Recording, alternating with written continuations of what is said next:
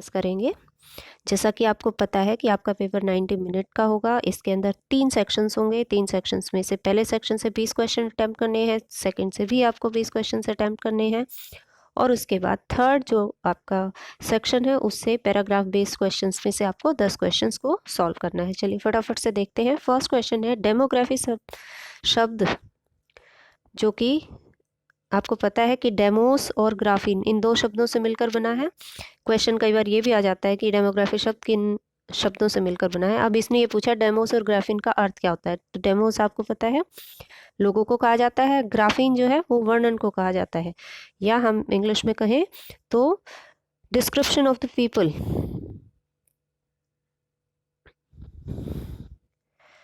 Second question देखते हैं। भारत जनसांख्यिकी संक्रमण के कौन से चरण से गुजर रहा है। जनसांख्यिकी के टोटल कितने चरण हैं?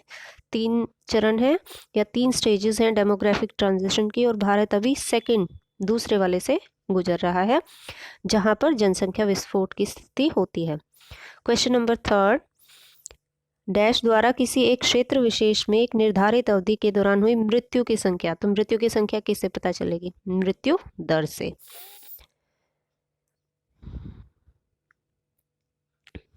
यानी डेथ रेट ही बेसिकली किसी भी एक जो भी गिवन स्पेस है और एक गिवन टाइम है उसके अंदर जो लोग मर गए हैं उनकी संख्या को दर्शाने की बात करती है। 2011 की जनगणना के अनुसार, अब ये नेक्स्ट क्वेश्चन है, ये पूछ रहा है कि कौन सा ऐसा राज्य है जिस राज्य में बाल स्त्री पुरुष अनुपात उच्चतम पाया जाता है। अब देखो बच्चे कई बार क्या करते हैं कि ये तो ध्यान देते नहीं है कि क्वेश्चन के अंदर पूछा गया उच्चतम, और वो जैसे ही बाल स्त्री पुरुष अनुपात देखते हैं वो पंजाब पे आंसर लगाते हैं। तो यहाँ पे निम्न नहीं पूछा गया है आपसे, और 2011 की जनगणना के अनुसार पूछा गया उच्चतम। इसका उत्तर है अरुणाचल प्रदेश। फिफ्थ क्वेश्चन, शिशु और मातृ मृत्यु दर की नीची दरें। अब देखिए हम हमेशा ध्यान रखना कि वो ऊंची की बात कर रहा है या नीचे की बात कर रहा है, किस बात की सूचक है। किसी देश में जहाँ पर माताएं जब बच्चे को पैदा कर रही हैं और जो छोटे बच्चे हैं अगर उनकी मृत्यु दर कम है, दैट मीन्स हेल्थ फैसिलिटीज बेहतर है। हेल्थ फैसिलिटी बेहतर होंगी तो तो आएगा ही नहीं, गरीबी भी नहीं आएगी, क्योंकि गरीब नहीं है वो तभी तो उनकी हेल्थ फैसिलिटी अच्छी है, और ना ही वो पिछड़े हैं। तो इसका उत्तर जो है वो विकास की जो दर है उसके अनुसार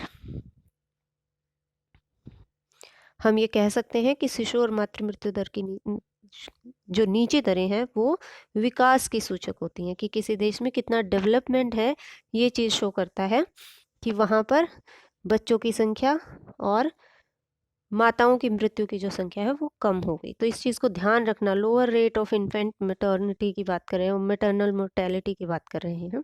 क्वेश्चन नंबर 6 को देखते हैं। जब जन्म दर और मृत्यु दर के बीच में अंतर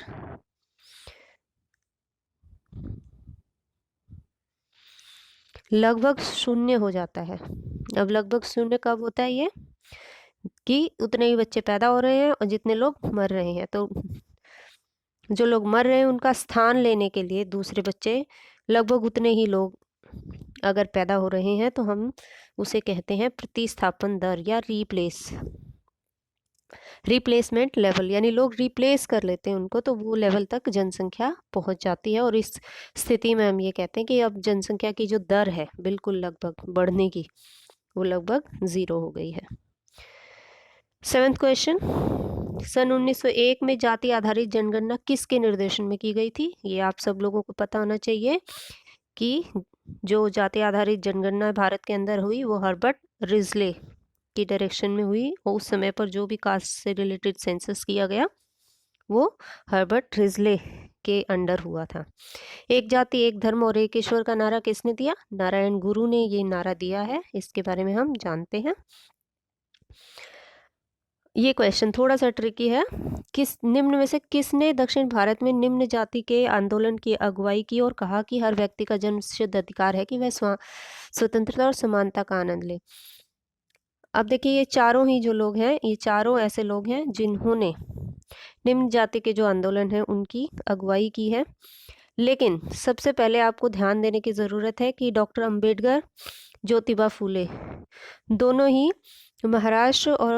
महाराष्ट्र वाला जो एरिया है, इस एरिया से उन्होंने जो है स्टार्ट किया अपना आंदोलन। तो ये दोनों नहीं आएंगे, लेकिन फिर बच्चे कंफ्यूज करेंगे नारायण गुरु और पेरियार, क्योंकि ये दोनों ही दक्षिण भारत में जाति के आंदोलनों की अगुवाई करने वाले थे। इसके लिए इन्होंने इस सेकंड जो पार्ट दिया है उसको ध्यान से देने की ज़रूरत है कि किसने ये कहा है कि हर व्यक्ति का जन्मसिद्ध अधिकार है कि वह स्वतंत्रता और समानता का आनंद ले। ऐसा नारायण गुरु ने नहीं कहा है, ऐसा पेरियार ने कहा है। तो इसका उत्तर आएगा पेरियार। 10th क्वेश्चन है, ये पूछ रहा है कि जनजातियों के संदर्भ में कौन सा कथन सही नहीं है। तो जनजातियों की जो आपने विशेषताएं पढ़ी हैं, उन विशेषताओं के अनुसार कौन सा कथन सही है। केवल बाकी जो कथन है वो गलत है, केवल सही कथन को आपको चुनाव करना है। उनमें लिखित धर्म ग्रंथ का पालन नहीं होता है, हमें पता है। कठोर वर्ग विभाजन भी नहीं पाया जाता है। उनके अंदर क्या पाया जाता है, राज्य और राजनीतिक संगठन न होने की जो विशेषता है ये पाई जाती है। तो इसका जो उत्तर है वो बी है, यानी उनमें कोई भी जो स्टेट या पॉलिटिकल फॉर्म है वो बहुत क्लियर कट नहीं पाई जाती है। निम्न में से कौन सा जनजातियों का स्थायी विशेषक है, यानी जो परमानेंट ट्रेट है ट्राइब्स की, वो कौन कौन सी हैं। आजीविका के साधन तो कभी भी परमानेंट नहीं है उनके, भाषा है और शारीरिक विशिष्टता है। तो लेकिन ये दोनों ही अगर आ गए हैं तो ऐसा तो नहीं करेंगे हम कि ब को लगाएं या स को लगाएं। इस तरह के क्वेश्चंस अगर हैं तो उनको भी ध्यान दीजिए कि भाषा और शारीरिक विशिष्टता दोनों ही आने हैं। तो इसके लिए जो उत्तर दिया गया है वो उत्तर दिया गया है हमें द। तो जब हम आंसर लगा रहे होंगे, आंसर हम लगाएंगे इसका डी या द, जिसमें कहता है वो कि ब और स दोनों ही ठीक है। इस तरह के क्वेश्चन का ध्यान रखिएगा आप जब भी आप अटेम्प्ट करेंगे। सिर्फ ऐसा नहीं हो जाए कि सिर्फ पहले भाषा देखी और भाषा पे हमने आंसर लगा दिया बी। इसका उत्तर बी नहीं है, इसका उत्तर है डी, जो कि ये कहता है कि बी और सी दोनों सही हैं। निम्न में से कौन सी जनजातियों की समस्या नहीं है। जनजातियों की बहुत सारी समस्याएं हैं। वन छीन गए हैं, ये भी उनकी समस्या है। जमीनों का सरकार द्वारा अधिग्रहण, उनकी जो भी लैंड है वो एक्वायर कर लेती है गवर्नमेंट। विकास का फ़ायदा मिलना, ये उनकी कोई समस्या नहीं, क्योंकि उनको विकास से फ़ायदा बहुत ही कम मिलता है। तो इस चीज़ को देख लीजिए, ये क्वेश्चन इसका आंसर आएगा सी। निम्न में से कौन सी पुस्तक ताराबाई शिंदे ने लिखी है। स्त्री पुरुष तुलना, हमें पता है कि स्त्री पुरुष तुलना नाम की किताब ताराबाई शिंदे ने लिखी है, और इस पुस्तक के अंदर वो ये बात करती हैं कि किस तरीके से महिला और पुरुष के लिए डबल स्टैंडर्ड यूज़ किया जाता है। सुल्तानाज ड्रीम आपको पता ही है किसने लिखी है, ये लिखी है बेगम रुकैया ने, और वैदिक अथॉरिटी फॉर विडो मैरिज ये रानाडे की किताब है। गुलामगिरी जो पुस्तक है वो लिखी है ज्योतिबा फूले ने। क्वेश्चन नंबर 14, सती प्रथा के खिलाफ आवाज उठाने वाले समाज सुधारक कौन थे। सती प्रथा के खिलाफ जो काम किया है वो राजा राम मोहन रॉय ने किया है।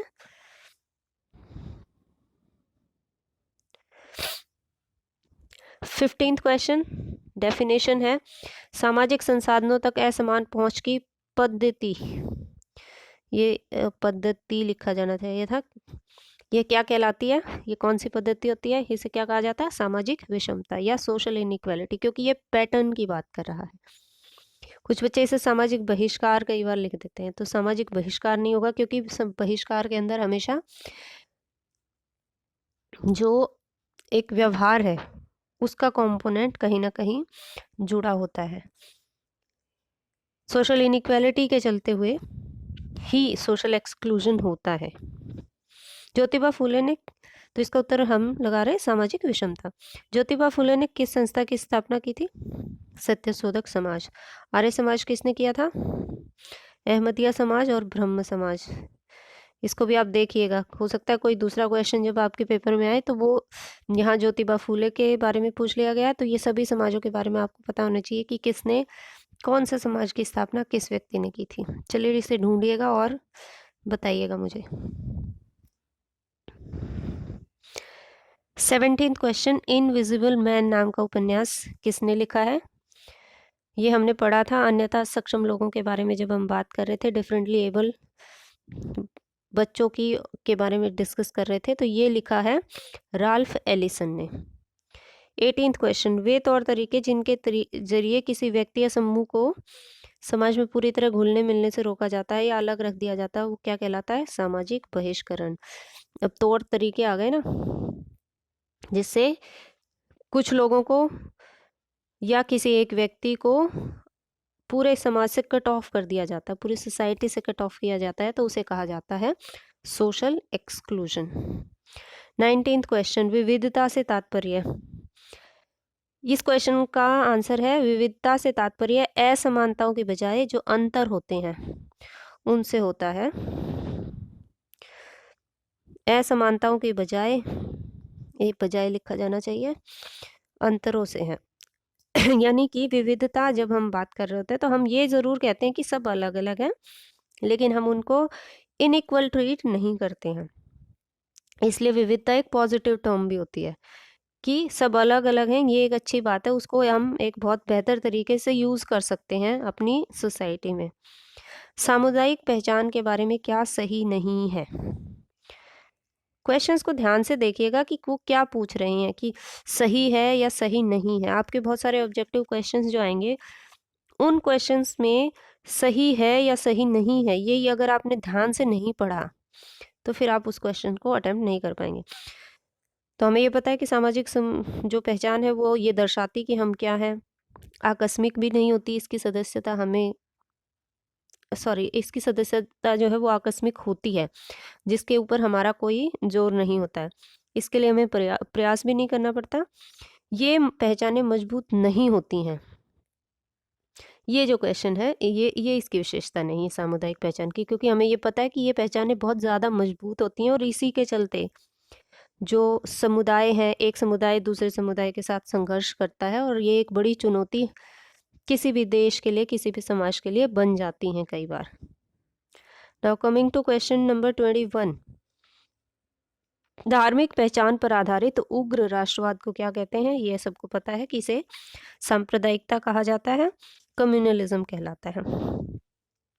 एक सत्तावादी राज्य के बारे में क्या सही है? अथॉरिटेरियन जो स्टेट होता है उस स्टेट के बारे में यहाँ क्या लिखा गया है, ये बात आपको बहुत अच्छे से पता होनी चाहिए कि एक प्रजातांत्रिक राज्य के विपरीत होता है एक सत्तावादी राज्य। तो इसका उत्तर है अ या ए, यानी state, authoritarian state is opposite to democratic state. क्योंकि अथॉरिटेरियन जो स्टेट है उसके अंदर सारी जो पावर होती है वो पावर किसी एक व्यक्ति या एक ग्रुप ऑफ जो पीपल हैं, बहुत थोड़े से लोग जो हैं वो सारी पावर को अपने पास रख लेते हैं और जनता की जो बहुत सारी अधिकार हैं वो उनसे छीन लिए जाते हैं। तो जब पावर का कंसंट्रेशन किन्हीं एक दो हाथों में या कुछ एक दो व्यक्तियों के हाथों में आ जाता है उसे अथॉरिटेरियन स्टेट कहा जाता है। और भारत ने अथॉरिटेरियन स्टेट का जो थोड़ा सा जो फेस देखा वो देखा था इमरजेंसी के टाइम पर। 23rd जो क्वेश्चन है वो ये पूछ रहा है आपसे कि ऐसा कौन सा अधिकार है जो ये प्रकट करता है कि राष्ट्र, राज्य और उसके प्रति राज्य, राष्ट्र और उसके लोगों के प्रति जवाबदेह है। यानी कहीं ना कहीं जो रिस्पॉन्सिबिलिटी की बात आती है, अकाउंटेबिलिटी की बात आती है, कौन सा अधिकार है वो ये स्पष्ट करता है। तो जो सूचना का अधिकार है, राइट टू इंफॉर्मेशन है, वो हर एक जो पब्लिक इंस्टीट्यूशन है उससे हम सवाल पूछ सकते हैं, वो जवाब दे है कि वो हमने जो सवाल उससे पूछा है उसका वो हमें जवाब दे। और राज्य ने हमारे लिए इसे जो है राइट के तौर पर, इसे एक हमारे अधिकार के तौर पर रिकॉग्नाइज किया है। और कब किया है रिकॉग्नाइज? इसे 2005 में रिकॉग्नाइज किया गया था।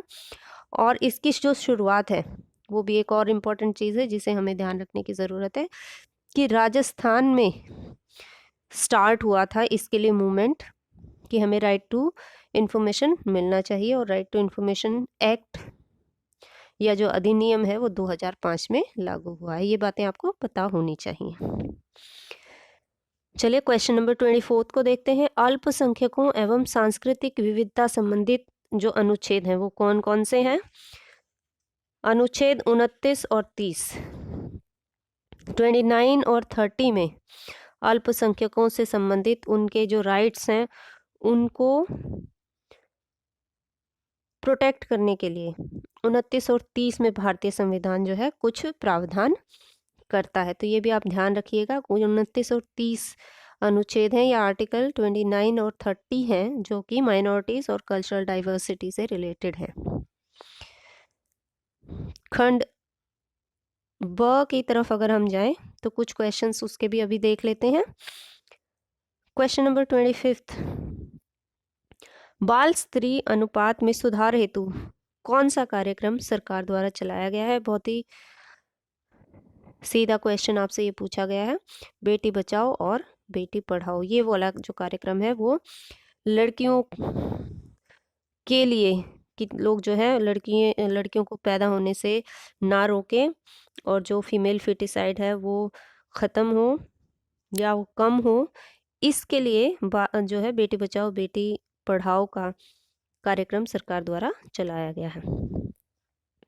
अब इस सेक्शन में जो क्वेश्चंस होंगे वो क्वेश्चंस थोड़े से कॉम्प्लिकेटेड क्वेश्चंस होंगे जिनको पढ़ने में भी आपको थोड़ा सा समय लगेगा और उसके साथ साथ आपको उन्हें समझ के ही अगर आप उनको आंसर करेंगे तभी आंसर कर पाएंगे। तो देखें 26 क्वेश्चन को देखते हैं।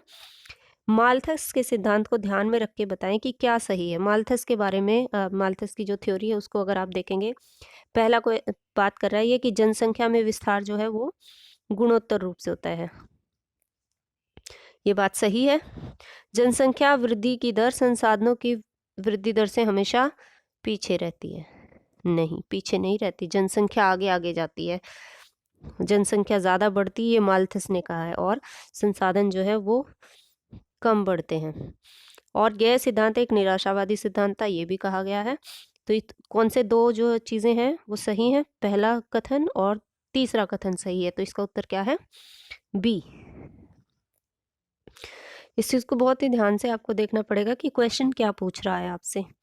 27, भारत में साक्षरता के लिए कौन सा कथन सही नहीं है?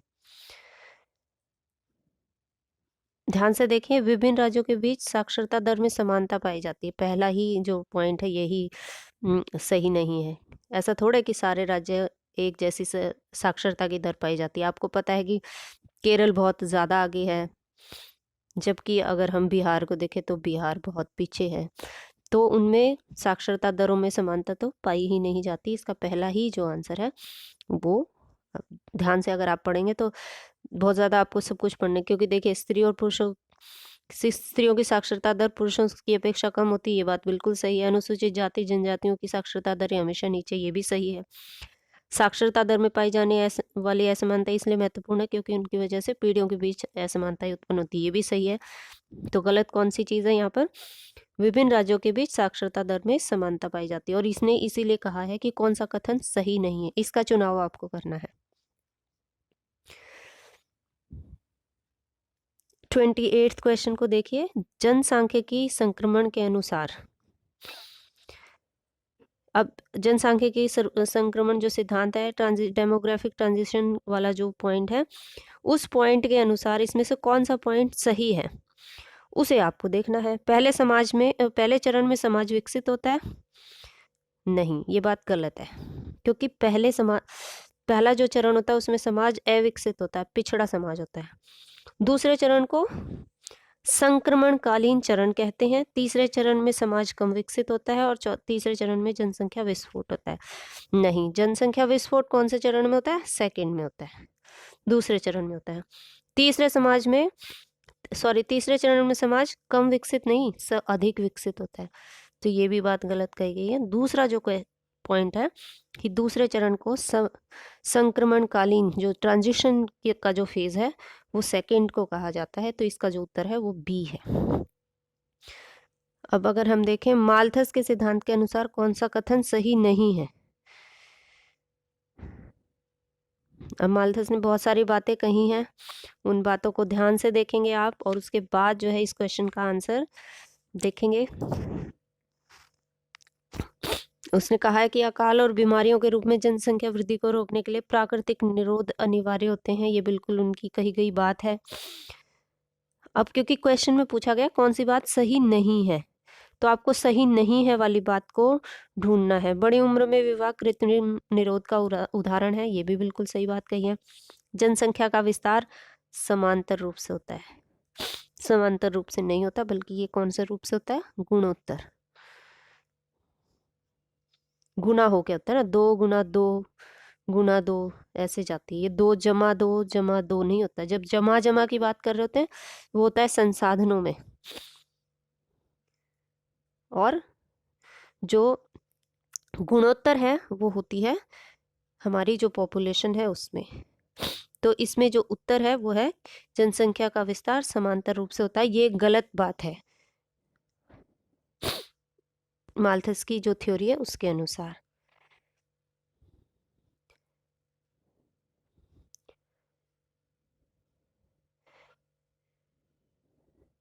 चलिए, अभी तक हमने 29 क्वेश्चंस करे हैं। इसके बाद के जो क्वेश्चंस हैं वो क्वेश्चंस मैं नेक्स्ट वीडियो में डिस्कस करूंगी।